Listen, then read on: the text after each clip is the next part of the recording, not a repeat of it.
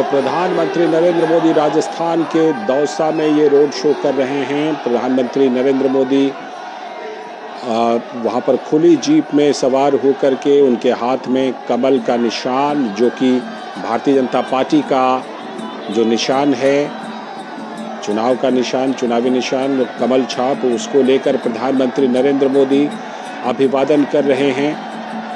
वहाँ पर उपस्थित भारी जन समुदाय जो कि प्रधानमंत्री के रोड शो में दोनों तरफ दिखाई पड़ रहे हैं, और जैसा कि आप देख पा रहे हैं कि लोगों से बिल्कुल अटा पड़ा है।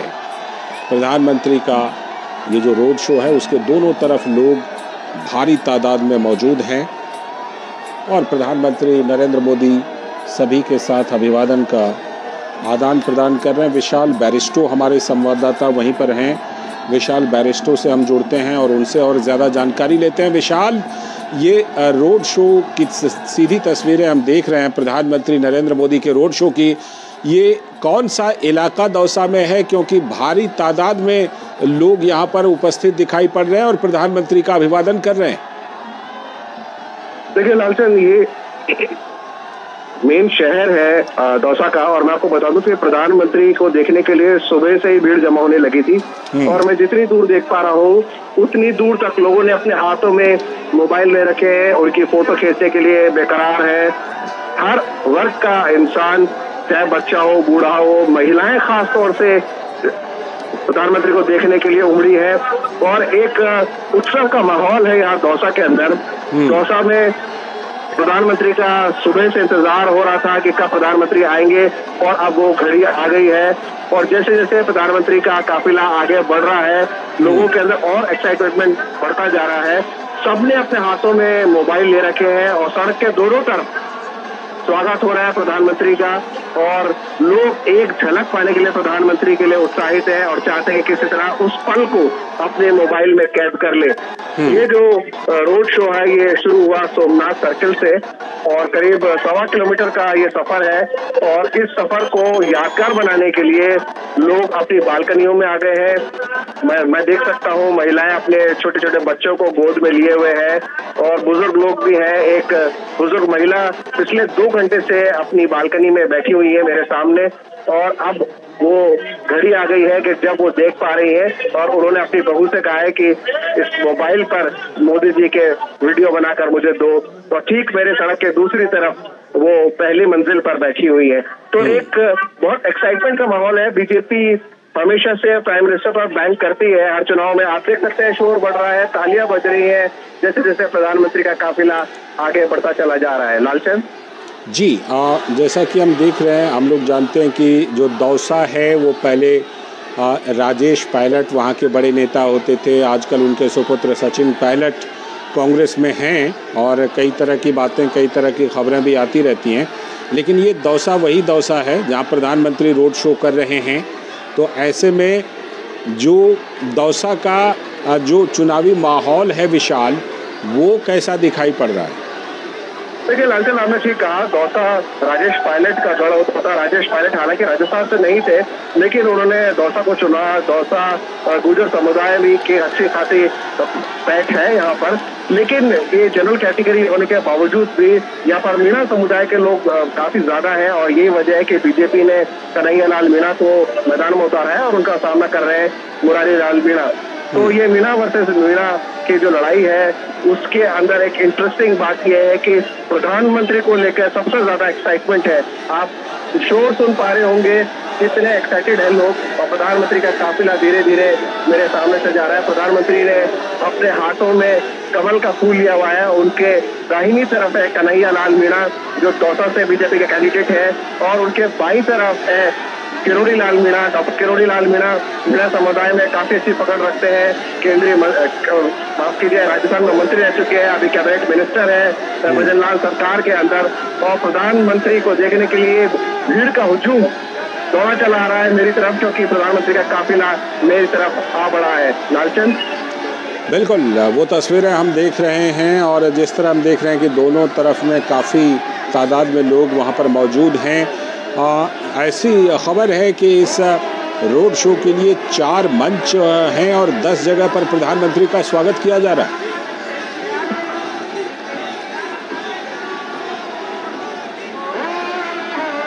मैं देख पा रहा हूँ उतनी दूर लोग जो है दोनों तरफ, सड़कों के दोनों तरफ मौजूद है और हाथ हिलाकर प्रधानमंत्री का अभिवादन कर रहे हैं। प्रधानमंत्री जी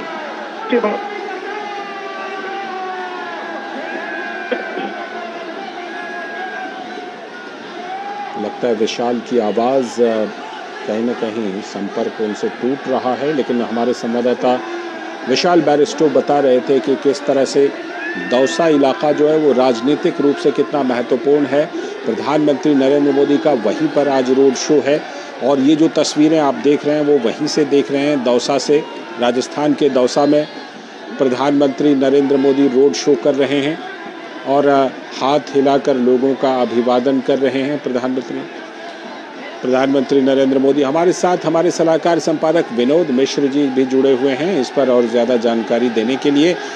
विनोद जी, जो तस्वीरें दिखाई पड़ रही हैं वो अपने आप में दौसा में, राजस्थान में प्रधानमंत्री नरेंद्र मोदी की लोकप्रियता की कहानी को बयां कर रही हैं।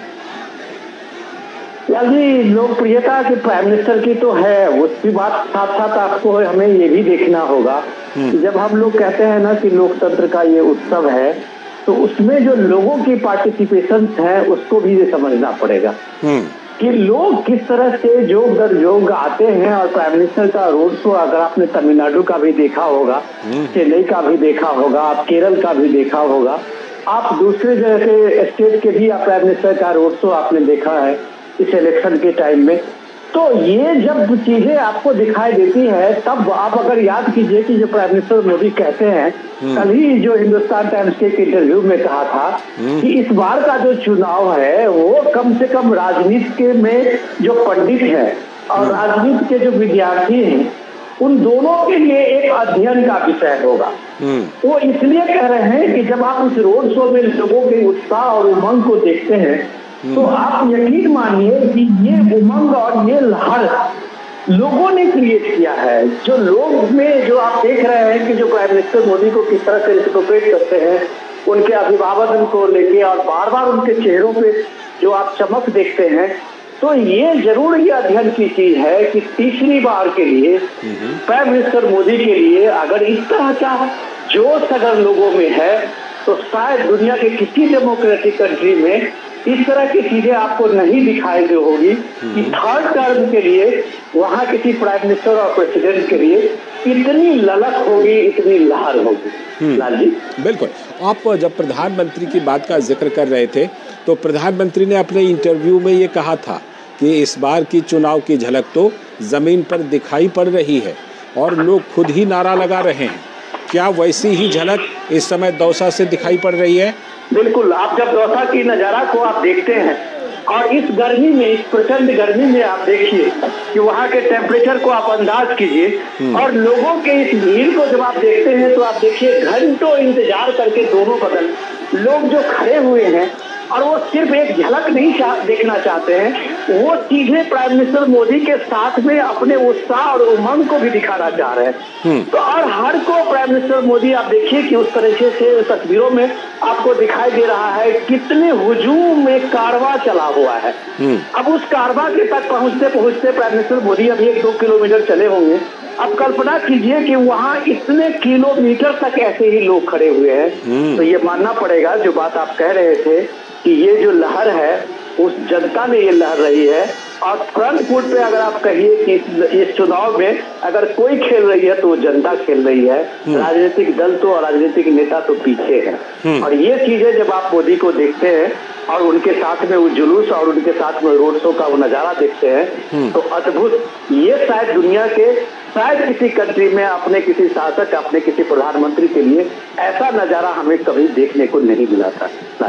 ये बात तो आपने बिल्कुल सही कही, क्योंकि कई बार जब प्रधानमंत्री नरेंद्र मोदी किसी विदेशी मेहमान नेता के साथ जब उनको लोगों के बीच लेकर जाते हैं तो जो लोगों का रिस्पांस होता है उसको देख करके कई बड़े विदेशी नेता भी कहते हैं कि भाई ये चीज़ तो भारत में ही मिलती है, ये कहीं और नहीं मिल पाती इतनी ज़्यादा लोगों का रिस्पांस। लेकिन अभी जैसे विशाल बैरिस्टो से हम बात कर रहे थे अपने संवाददाता से, तो विशाल बैरिस्टो ने बताया कि दौसा में मीणा वर्सेस मीणा इस बार है और हम देख रहे हैं कि अभी उत्तर प्रदेश के मुख्यमंत्री योगी आदित्यनाथ भी यहाँ पर आए थे और राजस्थान के मुख्यमंत्री भजन लाल ने भी वहाँ रोड शो किया था और आज प्रधानमंत्री नरेंद्र मोदी भी रोड शो कर रहे हैं। जी, मैं इस कास्ट के समीकरण की जब बात आती है और जब ये राजनीतिक पंडित लोग ये कास्ट इक्वेशन को मिलाते हैं और बताते हैं, हाँ। तो शायद ये इतना यकीन करने वाला नहीं रहता है। किसी इलाके में मान लीजिए किसी की 10% सीट होगी, कास्ट का इक्वेशन होगा, 20-15% होगा, लेकिन क्या ये सारे कास्ट में और सारे लोग जब तक नहीं मिलते क्रॉस पूरे सोसाइटी, तब तक आप जानते, हमें लगता है कि कोई पार्टी कैंडिडेट वहाँ पे अपना जीत का दावा कर सकता है। तो मुझे उन चीजों पे उतना भरोसा नहीं है। हमें ये भरोसा है कि जब आप ये लोगों में उत्साह और ललक देखते हैं, ये हाथ हिलाते हुए लहराते हुए लोगों की आप तस्वीर देखते हैं कि हर एक हाथ उस भीड़ में से खड़ी हुई है, उस भीड़ में से खड़ा है, तो इसमें आप कास्ट तो कम से कम नहीं गिन सकते कि कौन किसके लिए लड़ रहा है और कौन किसके लिए ये कर रहा है। वो पूरे उस समाज की, उस सोसाइटी की, उस पूरे एक संवेद स्वर इसको बोलते हैं। और जब ये स्वर बोलता है तब आप कहते हैं कि एक नेतृत्व की बात होती है और तब आप कहते हैं कि पीएम मोदी इस दौर का सबसे बड़ा जननायक है। तो ये भीड़ बताती है, न कि हम पीएम के किसी स्पीच से और किसी इस बात से हम इस बात को समझते हैं। इन लोगों की इस भीड़ से, लोगों की उत्साह से समझते हैं कि भीड़ तो इस दौर में रोड शो में आप देख रहे होंगे, सारे नेताओं की रोड शो होती है, सारे रोड नेताओं की अभी रैलियां हो रही है, लोग सब जगह वेलकम कर रहे हैं, हर जगह लोग जा रहे हैं, हर पार्टियों के नेताओं के लोगों में भीड़ जुटती है। लेकिन ये उत्साह और ये जो आंखों में चमक है, ये जो हाथ हिलाते हुए लोगों का अभिवादन है, ये शायद कम देखने को मिलता है। बिल्कुल यही फर्क है, ये फर्क नजर आ रहा है। हमारे संवाददाता, आप बने रहिएगा हमारे साथ हमारे संवाददाता शैलेंद्र मिश्र भी जुड़ रहे हैं। शैलेंद्र, जिस तरह से प्रधानमंत्री नरेंद्र मोदी धुआंधार चुनावी कार्यक्रम कर रहे हैं राजस्थान में, हम जानते हैं कि साल 2014 को ले लीजिए, 2019 को ले लीजिए, राजस्थान की सारी सीटें भाजपा ने जीती और पिछली बार भी उनके सहयोगी के साथ मिलकर के 25 की 25 सारी सीट जीती। इस बार भी प्रधानमंत्री ने पूरा लगता है कि ऐसा फोकस कर दिया है कि इस बार भी वही परफॉर्मेंस चाहिए। बीजेपी की रणनीति बहुत साफ है लालचंद्र, कि जिन राज्यों में वो सभी की सभी लोकसभा सीटें जीती थी, वहां पर उन सभी सीटों को फिर से इस चुनाव में जीतना है और उससे मार्जिन ज्यादा हो, यानी जीत का जो अंतर है वो पिछले चुनाव के मुकाबले हर सीट पर ज्यादा हो, ये प्रयास बीजेपी कर रही है। इसीलिए हर सीट पर, हर बूथ पर 370 मत ज्यादा मिले, इसके लिए बूथ कार्यकर्ताओं को जिम्मेदारी दी गई है। और इन तस्वीरों से बीजेपी के जो रणनीतिकार है वो बहुत उनकी आशा बढ़ी भी होगी कि जब उनके सबसे बड़े स्टार प्रचारक धुआंधार प्रचार कर रहे हैं, चुनावी जनसभाओं को संबोधित कर रहे हैं, रोड शो कर रहे हैं, तो इन तस्वीरों में उभर रही भीड़ से बीजेपी को लगता है कि उनका जो एक लक्ष्य है 400 सीटों का एनडीए के साथ और 370 सीटें बीजेपी अपने दम पर इस लोकसभा चुनाव में जीते, उसके लिए राज्य दर राज्य जो रणनीति बनाई गई है उस पर भारतीय जनता पार्टी आगे बढ़ती हुई दिखाई दे रही है। दरअसल बीजेपी को लगता है कि प्रधानमंत्री नरेंद्र मोदी की लोकप्रियता और उन्होंने जो अथक मेहनत की है पिछले 10 वर्षों में, जो देश में तमाम क्रांतिकारी काम हुए हैं, बदलाव हुए हैं, सकारात्मक बदलाव लोगों के जीवन में आया है, उससे भारतीय जनता पार्टी का जो आधार है वो जमीनी स्तर पर बढ़ा है। नए मतदाताओं को बीजेपी अपने साथ जोड़ने में सफल रही है और ये संख्या दिखाती है कि दुनिया की आज सबसे ज्यादा सदस्य संख्या वाली पार्टी भारतीय जनता पार्टी है, सबसे बड़ा बीजेपी का संगठन है। और हम देख रहे हैं कि तमाम दलों के नेता चुनाव के ऐलान से पहले ही और लगातार हम देख रहे हैं खासतौर पर कांग्रेस पार्टी के कई नेता कांग्रेस छोड़कर बीजेपी में शामिल हुए हैं। ये दिखाता है कि बीजेपी के प्रति लोगों का आकर्षण या तो बढ़ रहा है या फिर बीजेपी उसको बढ़ाने में कामयाब होती हुई दिखाई दे रही है। तो ये दावा भारतीय जनता पार्टी के नेता करते रहे हैं और ये तस्वीरें उनके दावा को और पुख्ता भी करती हैं। जब हम देखते हैं कि उत्तर हो या दक्षिण हो, राजस्थान हो या मध्य प्रदेश हो या फिर दक्षिण भारत का तमिलनाडु हो, जब प्रधानमंत्री नरेंद्र मोदी के रोड शो में इस तरह की तस्वीरें दिखाई देती हैं, जहाँ बड़ी संख्या में महिलाएं, बड़ी संख्या में युवा रोड शो में भागीदार नजर आते हैं, तो ये तस्वीरें भारतीय जनता पार्टी के लिए बहुत एक सुखद अनुभूति कराती हैं कि वो जिस लक्ष्य को लेकर लोकसभा चुनाव में आगे बढ़ रहे हैं, जिन राज्यों में सहयोगी हैं या जिन राज्यों में वो अपने दम पर ही सभी सीटों पर चुनाव लड़ रहे हैं, ऐसे राज्यों में निश्चित तौर पर उन्हें अपनी रणनीति पर आगे बढ़ेंगे। ऐसे कि जब भी चुनाव होता है, राजनीतिक दल ये कोशिश करते हैं कि पिछले चुनाव के मुकाबले वो बेहतर प्रदर्शन करें, लेकिन जब आप पहले से ही किसी राज्य में शानदार प्रदर्शन कर चुके होते हैं तो एक चुनौती होती है उस प्रदर्शन को बरकरार रखने की, और बीजेपी इस बात को बखूबी समझती है। इसीलिए 2014 के मुकाबले 19 में मत प्रतिशत बढ़ाने का लक्ष्य रखा गया था और बीजेपी ने उसमें एक सफलता हासिल की थी, और 19 के मुकाबले अब 24 में बीजेपी ने उस मत प्रतिशत को और आगे ले जाने का रखा है, जिससे कि शानदार सफलता उन राज्यों में भी हासिल की जा सके जहां पर हमने देखा था कि एक तरह से क्लीन स्वीप बीजेपी ने किया था 2019 के लोकसभा चुनाव में। गुजरात जैसे राज्य हो या राजस्थान जैसे महत्वपूर्ण राज्य जहां पर हमने देखे कि शानदार सफलता मिली थी। तो इस तरह से राज्य दर राज्य बीजेपी की रणनीति है, और अगर आप क्षेत्रवार देखें तो बीजेपी की कोशिश यह है कि इस बार दक्षिण भारत से अपनी सीटों की संख्या बढ़ाए, उत्तर पूर्व में अपनी सीटों की संख्या बढ़ाए, और जिन राज्यों में पहले से ही शानदार सफलता हासिल की गई है वहां अपने प्रत्याशियों की जीत का प्रतिशत आगे ले जा सके। तो निश्चित तौर पर उसके लिए उसके सबसे बड़े स्टार प्रचारक प्रधानमंत्री नरेंद्र मोदी हम देख रहे हैं कि जमकर मेहनत कर रहे हैं, चुनावी जनसभाओं को संबोधित कर रहे हैं, और साथ ही साथ बीजेपी को लगता है कि दुनिया के सबसे लोकप्रिय नेता की अगुवाई में जो 10 सालों में जो काम हुआ है और जो संगठन ने उस काम को जिस तरह से जनता के बीच ले जाने का काम किया है, उसका एक फायदा लोकसभा चुनाव में भारतीय जनता पार्टी को मिलेगा, और ये तस्वीरें जरूर भारतीय जनता पार्टी के रणनीतिकारों के लिए एक सुखद अनुभव करा रही होंगी। लालचंद, बिल्कुल, ये तस्वीरें वहाँ से जो दिखाई पड़ रही हैं दौसा से, वो भी बहुत कुछ अनुभव करा रही हैं। एक बात शैलेंद्र, कि हम जानते हैं कि दौसा की जब बात होती है तो पायलट का नाम आता है, राजेश पायलट और अब सचिन पायलट, लेकिन 2014 रहा हो या फिर 2019, भारतीय जनता पार्टी ने इस सीट पर भी परचम लहराया था। क्या इस बार यह सीट जो है वो हॉट सीट की श्रेणी में है दौसा? ये देखिए लालचंद, निश्चित तौर पर आप भले ही आप ये कहें कि या हम जानते हैं कि अगर आप पूर्व के राजनीतिक इतिहास को देखें राजस्थान के, तो पायलट परिवार का एक अच्छा खासा प्रभाव इन क्षेत्रों में देखने को मिलता था, लेकिन अब 2019 की चुनावी सफलता देखें तो भारतीय जनता पार्टी को एक बड़ी सफलता हासिल हुई थी, और उसको बीजेपी दोहराना चाहेगी इस पूरे क्षेत्र में। और यही वजह है कि आप जयपुर के आसपास भी देखें या फिर दौसा के इलाकों को देखें, कहीं पर कोई कोरकसर नहीं छोड़ी जा रही है। बीजेपी के तमाम दिग्गज जो राजस्थान से आते हैं वो लोकसभा चुनाव लड़ते नजर आ रहे हैं, केंद्रीय मंत्री हैं, और सबने अपनी एक पूरी ताकत लगाई है। और हम देख रहे हैं कि सबसे बड़े स्टार प्रचारक के तौर पर प्रधानमंत्री नरेंद्र मोदी के भी धुआंधार दौरे हो रहे हैं। तो बीजेपी को लगता है कि चुनौती इस बात की है कि इन सीटों पर कुछ मत प्रतिशत में बढ़ोतरी की जाए, जिससे कि सुनिश्चित किया जा सके कि जिन सीटों को जीती थी भारतीय जनता पार्टी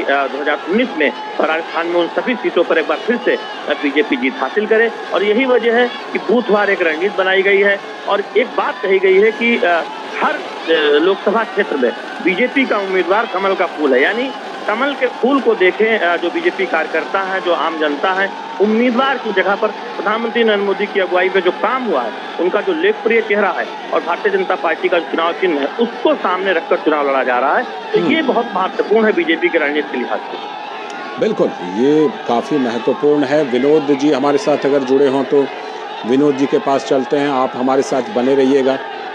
और साथ में विशाल बैरिस्टो भी हमारे संवाददाता हैं जो दौसा से ही जुड़े हुए हैं।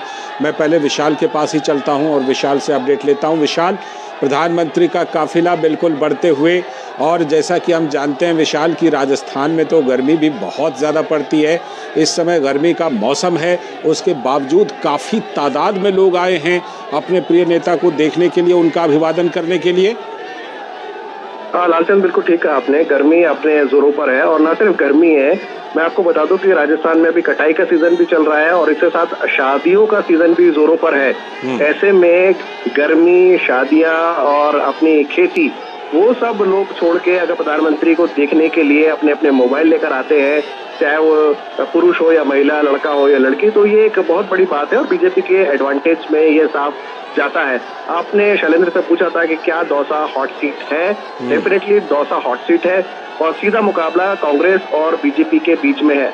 हालांकि दौसा एक जनरल सीट है, लेकिन दोनों ही पार्टियों ने, क्योंकि ये मीणा बहुल क्षेत्र है, इसलिए मीणा कैंडिडेट्स को उतारा है, कन्हैया लाल मीणा पर अपना दाव लगाया है, जबकि कांग्रेस ने मुरारी लाल मीणा पर अपना दाव लगाया है और दोनों में कड़ी टक्कर यहाँ पर देखी जा रही है। ऐसे में प्रधानमंत्री का ये जो रोड शो है और उस पर जो रिस्पॉन्स मिल रहा है बीजेपी को, वो बीजेपी के एडवांटेज में जा रहा है, क्योंकि कांग्रेस से स्टिफ कंपटीशन मिल रहा है बीजेपी को। अगर हम ग्राउंड रियलिटीज की बात करें, खासतौर से दौसा की सीट पर, आप जानते हैं कि दौसा परंपरागत सीट रही है कांग्रेस की, लेकिन जब से प्रधानमंत्री आए हैं 2014 के बाद से बीजेपी ने ये सीट कांग्रेस से छीन ली है और बीजेपी इस पूरे क्षेत्र के अंदर अपना जो उन्होंने बढ़ोतरी हासिल की है उसको, अपने दबदबे को बनाए रखना चाहती है।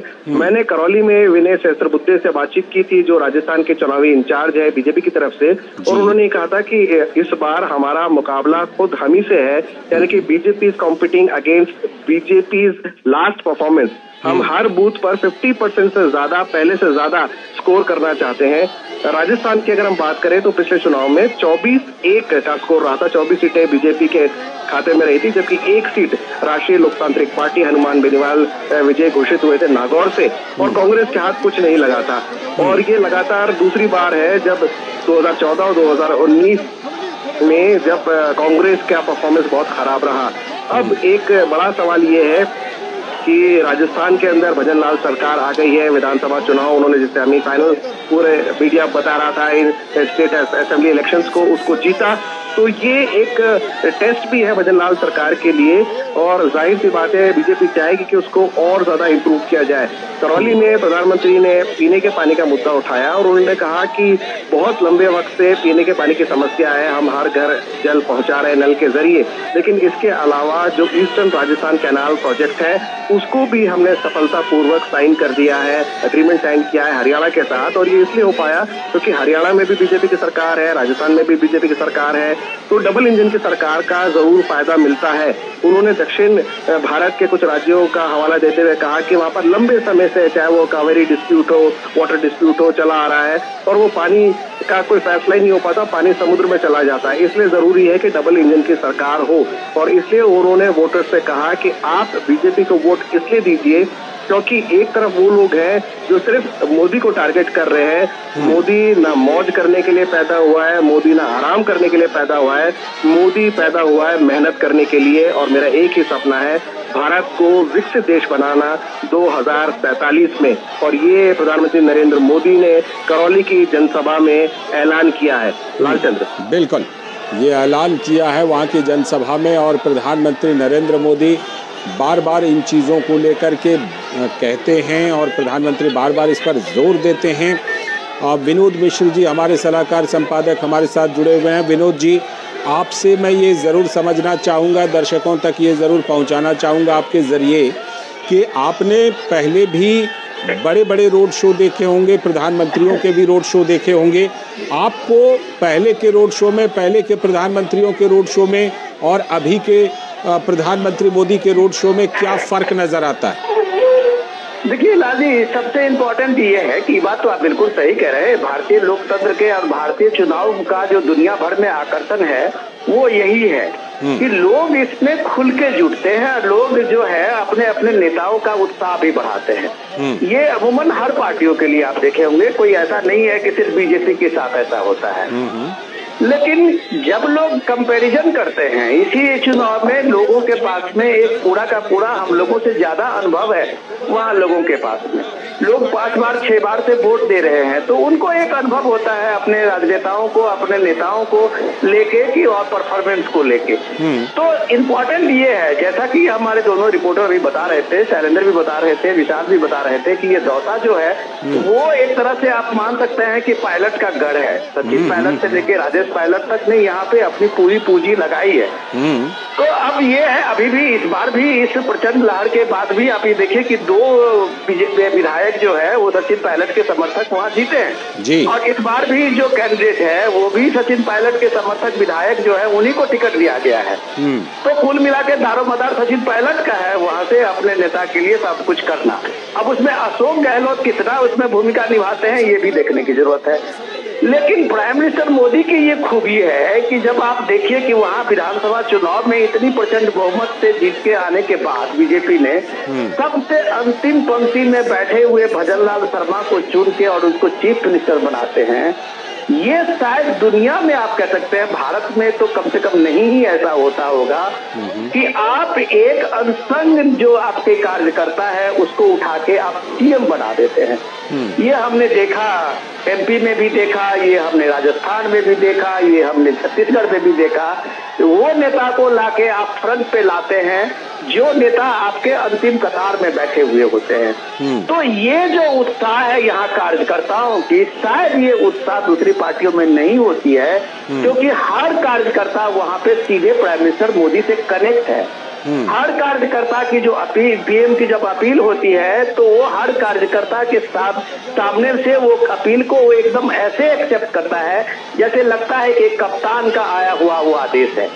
तो ये जो स्पिरिट है, टीम स्पिरिट, ये बीजेपी की सबसे बड़ी खूबी है, जो शैलेंद्र भी बता रहे थे। उस टीम स्पिरिट के साथ में आप ये देखिए, ये जो कार्यकर्ताओं का मनोबल है वो भी इस भीड़ के साथ में है कि एक एक कार्यकर्ता इस दौसा के इसमें जुटे होंगे और उसके साथ लोगों का जो आकर्षण है पीएम मोदी का, वो उसका एक प्लस पॉइंट होता है, वो एडवांटेज देता है, जिसको आप वैल्यू एडिशन कहते हैं। तो आप ये देखिए कि ऐसा रोड शो, आप जब कह रहे थे कि रोड शो ऐसा क्यों नहीं होता दूसरे का, तो रोड शो होता है। आप इस शहर में आप घूम ले 1 किलोमीटर के दौर में तो बहुत लोग देखने के लिए भी आ जाते हैं, लेकिन ये लंबा रोड शो, कहीं 5 किलोमीटर, कहीं 6 किलोमीटर, गुजरात में हम लोगों ने पिछली बार देखा 18 किलोमीटर का रोड शो, और उस इतने बड़े रोड शो में दोनों बगल लोग सड़क के दोनों किनारे खड़े हैं, हजारों हजार के संख्या में खड़े हैं। अच्छा, दौसा का ही सीन दिख लीजिए, आपको लग नहीं रहा होगा कि कोई उसमें से जवान हो या बूढ़े हो, बच्चे हो,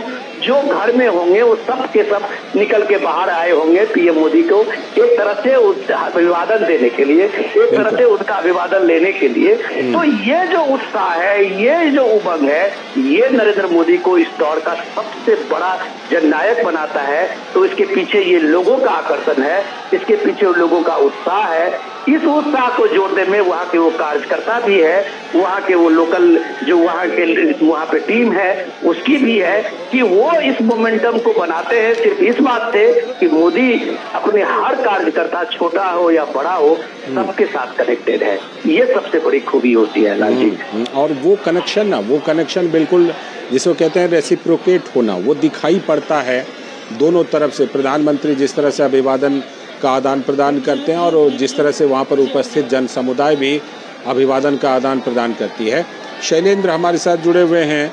शैलेंद्र, जिस तरह से हम देखते हैं कि आज जैसे प्रधानमंत्री का ये रोड शो हो रहा है, 2 जनसभाएं भी प्रधानमंत्री ने की उधमपुर में और बाड़मेर में, तो प्रधानमंत्री का जो ये चुनावी कार्यक्रम तय होता है, इसमें कहीं ना कहीं इन दोनों चीज़ों को शामिल किया जाता है क्या, कि जिसमें कि जनसभाएं भी हों, रोड शो भी होते रहें प्रधानमंत्री के देश के अलग अलग हिस्सों में? प्रधानमंत्री नरेंद्र मोदी का जितना संभव हो सके उतनी उनके कार्यक्रम प्रस्तावित करती है, और उसमें जनसभाएं हो, रोड शो हो और बूथ कार्यकर्ताओं से वीडियो कॉन्फ्रेंसिंग के जरिए बातचीत हो, ये भी महत्वपूर्ण जगहों पर हो, ये सुनिश्चित करने का प्रयास किया जाता है। और यही वजह है कि हम देख रहे हैं कि जिन राज्यों में पहले और दूसरे चरण में चुनाव है, वहां पर प्रधानमंत्री नरेंद्र मोदी की धुआंधार चुनावी जनसभाएं और रोड शो दिखाई दे रहा है, रोड शो हो रहा है। हमने चेन्नई में देखा प्रधानमंत्री नरेंद्र मोदी का रोड शो, जहां पर पूरे तमिलनाडु में पहले चरण में मतदान होना है। राजस्थान में देख रहे हैं प्रधानमंत्री नरेंद्र मोदी का ये रोड शो। इसके साथ ही साथ अपने मध्य प्रदेश की जो सांस्कृतिक नगरी है, जब वहाँ हमने प्रधानमंत्री नरेंद्र मोदी का रोड शो देखा, और तमाम हम धुआंधार जनसभाएं तमिलनाडु में, उत्तर प्रदेश में, मध्य प्रदेश में, राजस्थान में देख रहे हैं। तो ये दिखाता है कि बीजेपी अपने सबसे लोकप्रिय नेता की जमकर चुनावी जनसभा के साथ साथ रोड शो आयोजित कर रही है। इसकी एक वजह भी है, बीजेपी ये बखूबी जानती है कि प्रधानमंत्री नरेंद्र मोदी का जो कनेक्ट है वो आम जनता के साथ कितना गहरा है। प्रधानमंत्री नरेंद्र मोदी संवाद में यकीन करते हैं और जितना संभव होता है वो विभिन्न राज्यों के दौरे करते हैं, वहाँ लोगों से संवाद करते हैं और उनका एक सीधा कनेक्ट, खासतौर पर हम युवा वोटर्स में और महिला जो वोटर्स हैं, जो लाभार्थी योजनाओं से जिनको फायदा हुआ है, जो कल्याणकारी योजनाओं से जिनका जीवन बदला है, उनमें एक प्रधानमंत्री नरेंद्र मोदी को लेकर एक विशेष प्रेम दिखता है कि प्रधानमंत्री नरेंद्र मोदी की अगुवाई में केंद्र सरकार ने तमाम योजनाओं से उनका जीवन बदला है। तो वो एक कनेक्ट दिखता है और दुनिया के एक सबसे बेहतरीन भाषण शैली वाले नेता के तौर पर प्रधानमंत्री नरेंद्र मोदी जाने जाते हैं।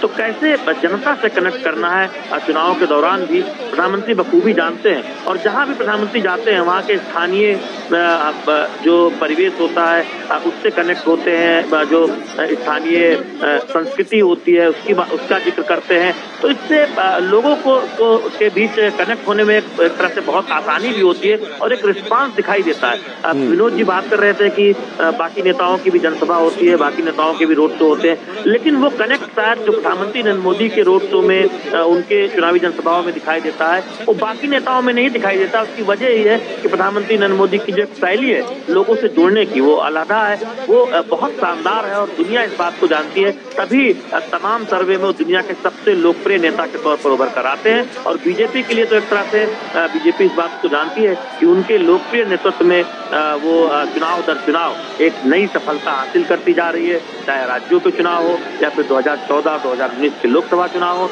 या फिर बीजेपी 2024 में जो एक लक्ष्य लेकर आगे बढ़ रही है। तो इन तस्वीरों में दिखता भी है जब कोई घंटों से इंतजार करता है प्रधानमंत्री नरेंद्र मोदी का, कोई छात्र कलाकृति बनाए प्रधानमंत्री नरेंद्र मोदी से मिलना चाहता है, कोई महिला ये बताना चाहती है कि कैसे उसका जीवन बदला है प्रधानमंत्री नरेंद्र मोदी की अगुवाई में केंद्र सरकार की योजनाओं से, तो वो कनेक्ट दिखता है। और चुनाव जब नहीं भी हो रहा होता हम देखते हैं कि जो तमाम सभाएं प्रधानमंत्री नरेंद्र मोदी की लगती है वो एक प्रयास करते हैं कि लोगों से वो संवाद कर सकें और वो एक सिलसिला निरंतर चलता है। और ये कोई एक दिन या एक वर्ष में नहीं हुआ लालचंद, हमने देखा है कि बीते 10 वर्षों में प्रधानमंत्री के तौर पर और उससे पहले गुजरात में मुख्यमंत्री के तौर पर प्रधानमंत्री नरेंद्र मोदी ने एक अथक परिश्रम किया है जिससे कि एक सकारात्मक बदलाव पहले गुजरात में मुख्यमंत्री के तौर पर और देश में प्रधानमंत्री के तौर पर वो लाने में सफल हुए हैं। तो वो एक झलक इन तस्वीरों में दिखाई देती है, ऐसे रोड शो में दिखाई देती है जिसका जिक्र हमारे सहयोगी वरिष्ठ सहयोगी विनोद जी कर रहे थे। तो ये तस्वीर बताती है कि भारतीय लोकतंत्र की खूबसूरती है कि जब कोई नेता मेहनत करता है, जब कोई नेता जनता के कल्याण के लिए तमाम योजनाओं को सफलतापूर्वक क्रियान्वित करता है तो उस नेता को जनता का प्यार मिलता है, जनता का रिस्पांस मिलता है और इस तरह की तस्वीरें उस बात की गवाही भी देती हैं। तो आप देख रहे हैं जगह जगह जो रोड शो हो रहे हैं उसमें जिस तरह की तस्वीरें सामने आ रही हैं लालचंद। बिल्कुल, ये तस्वीरें जिस तरह से आ रही हैं उन्हीं में से ये दौसा की तस्वीरें हैं जो आप अपने टेलीविज़न स्क्रीन पर देख रहे हैं। हमारे संवाददाता विशाल बैरिस्टो भी हमारे साथ जुड़े हुए हैं। विशाल, आज ये रोड शो हो रहा है दौसा में, प्रधानमंत्री का जो जनसंघ के ज़माने के वरिष्ठ नेता गोवर्धन लाल बढ़ेरा हैं, उनसे भी मुलाकात का कार्यक्रम था।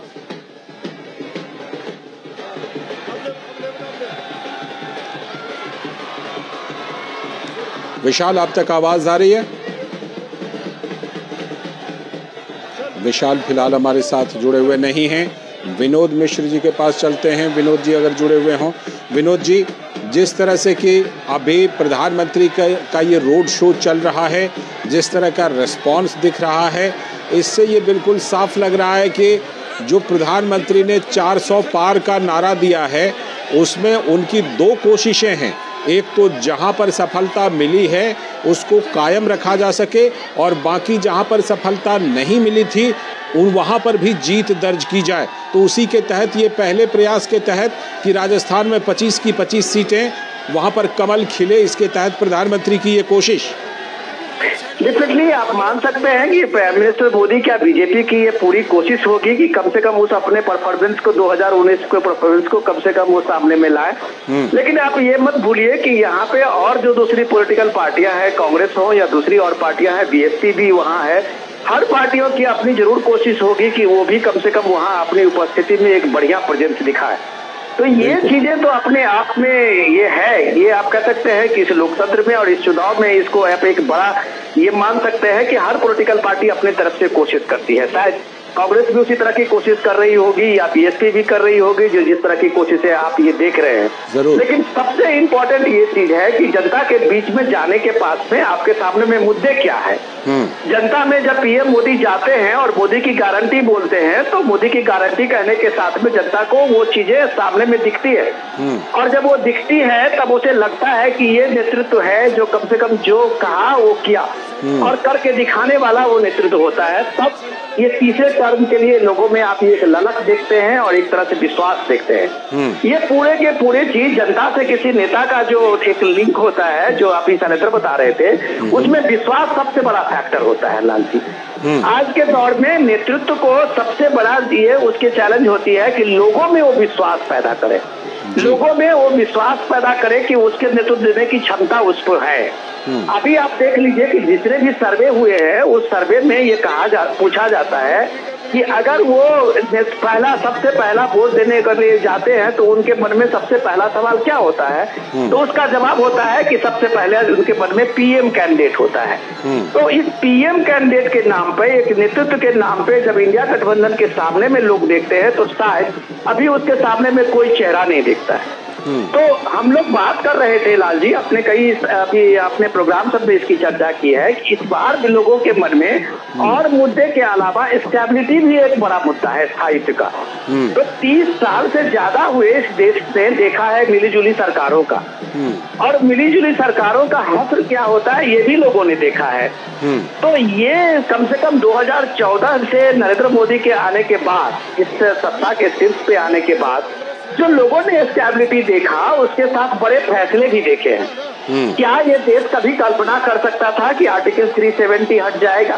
क्या यह देश कल्पना कर सकता था कि 500 साल के संघर्ष के बाद रामलला अपने उस भव्य मंदिर में विराजमान हो जाएंगे? क्या ये देश ये इस तरह का कल्पना कोई देश के लोग कर सकते थे कि इस देश में एक देश का एक टैक्स होगा? तो इतने सारे बदलाव लोगों ने देखा है। उसके बरक्स में जब आप अपोजिशन में देखते हैं तो जब उसके लिए वो तर्क करते हैं, तो अगर राहुल जी सीधे सीधे वो जीएसटी पे चैलेंज करते हैं तो वो अपना फेल्योर नहीं बताते हैं कि ये जीएसटी कम से कम यूपीए के दौर का आइडिया था, या उससे पहले बीजेपी के समय में भी एक बार चर्चा हुई थी पार्लियामेंट में, जो आपको याद होगा अपने कवर करने के दौरान। लेकिन क्यों नहीं ले पाए? तो इसके पीछे कारण होता था स्थायित्व, कि उस सरकारों में एक बड़े फैसले लेने का वो दम नहीं होता था, एक मोरल जिसको आप बोलते हैं, वो मोरल उसका उस तरह में उतना हाई नहीं होती थी। लेकिन नरेंद्र मोदी के दौर में ये कम से कम आज कई लोगों को शिकायत नहीं है कि नरेंद्र मोदी इस फैसला लेने में कभी भी किसी तरह का हिचक करेंगे। तो ये राजस्थान के दौसा में जो आप देख रहे हैं, तो लोगों के सामने में एक चेहरा वो भी होता है कि ये फैसला लेने वाला लीडर है। बिल्कुल। और ये फैसला लेने वाला जो लीडर का जो एक इमेज होता है लाल जी, उसको हम आप बेहतर जान सकते हैं कि उसका एक परिवार में भी जो फैसला लेने वाला गार्जियन होता है, उसकी भी एक अलग भूमिका होती है।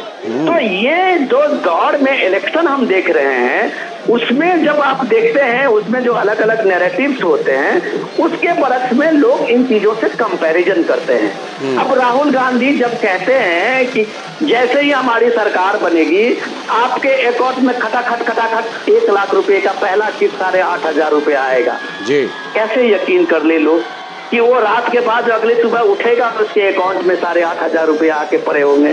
लेकिन लोगों को ये यकीन मोदी ने दिलाया है कि जो किसान सम्मान निधि है उसके तिमाही किस्त सेम डेट को उसके अकाउंट में पड़ेंगे तो पड़ जाएंगे। बिल्कुल।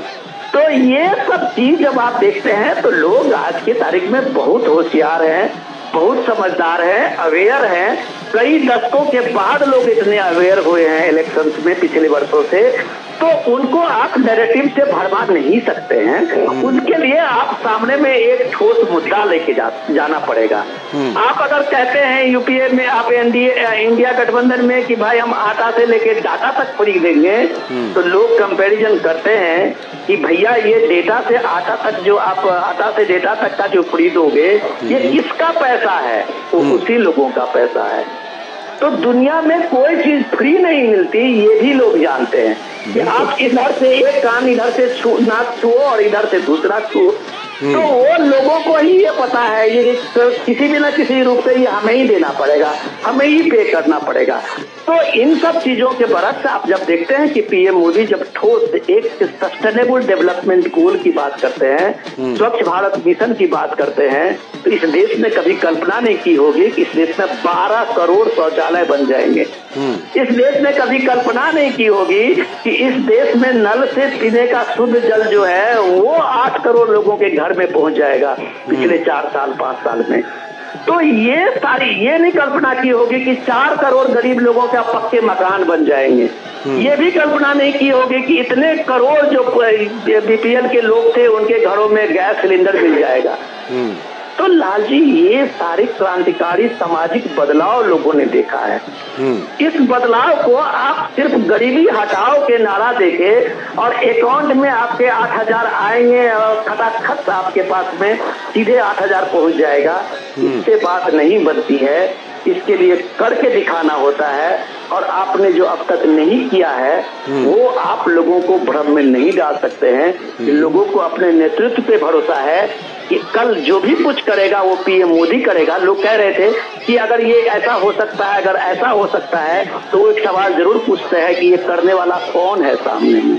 तो वो सामने में करने वाला अगर पीएम मोदी है तो इसलिए लोगों की आप ये भीड़ देखते हैं जो उसके साथ विश्वास का ये कनेक्शन है और यही विश्वास पीएम मोदी के लिए सबसे बड़ा आधार है। लालचंद जी बिल्कुल वो आधार है, विश्वास का जो आधार है वो बंधन है, वो दौसा में भी प्रदर्शित हो रहा है। शैलेंद्र मिश्र हमारे साथ जुड़े हुए हैं। शैलेंद्र, भारतीय जनता पार्टी, प्रधानमंत्री नरेंद्र मोदी स्थायित्व को, मजबूत सरकार को भी एक बड़ा मुद्दा बना रहे हैं और ये कहीं ना कहीं देश भर की जनता को अपील करती हुई नजर आ रही है क्या?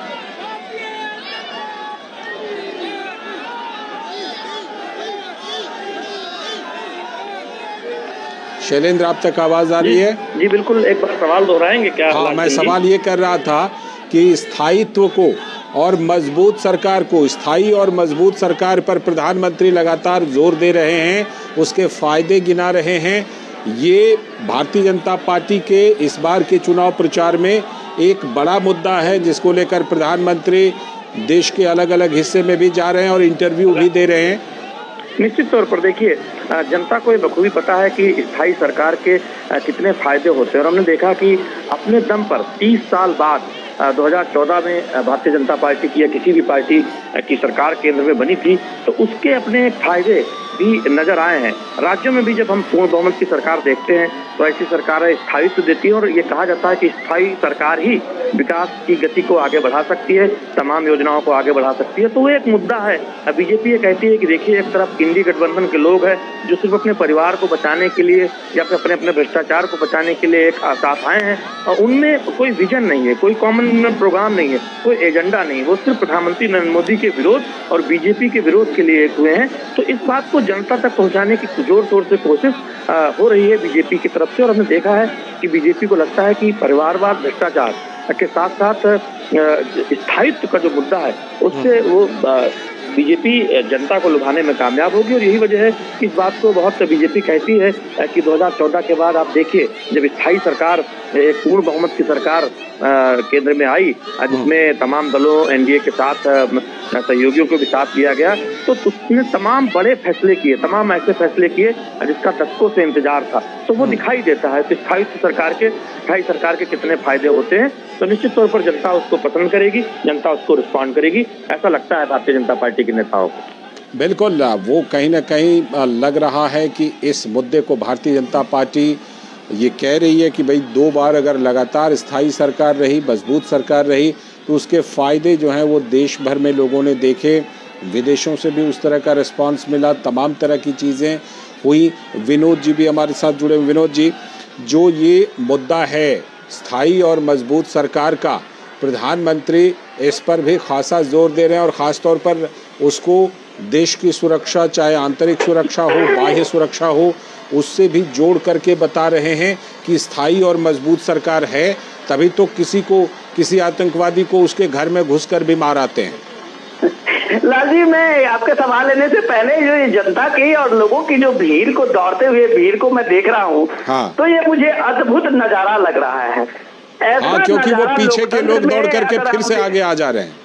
तो लोग ऐसा नजारा जब देखते हैं तब हम कहते हैं कि ये भारत के लोकतंत्र जो दुनिया में सबसे अलग है, शायद ही इतना सुंदर देश और इतना सुंदर लोकतंत्र शायद ही आपने दुनिया के देश में कहीं भी इस तरह के लोकतंत्र की ये खूबी देखी होगी, ये उत्साह देखा होगा जब चुनाव के समय में हम देखते हैं। ये सचमुच में ये नजारा जो है वो अद्भुत है, अविस्मरणीय है। जीत हार का फैसला तो लोग करेंगे, अपने हिसाब से करेंगे, लेकिन जब ये नजारा देखते हैं तब ये लगता है कि क्या इस दौर में ये जितने नैरेटिव्स दिए जाते हैं, संविधान बचाओ, लोकतंत्र खतरे में है, क्या इस भीड़ देख के कम से कम उनको सोचने पे एक बार जरूर मजबूर नहीं होते हैं क्या? क्या ये लोकतंत्र बचाओ और जो संविधान बचाओ का जब वो नैरेटिव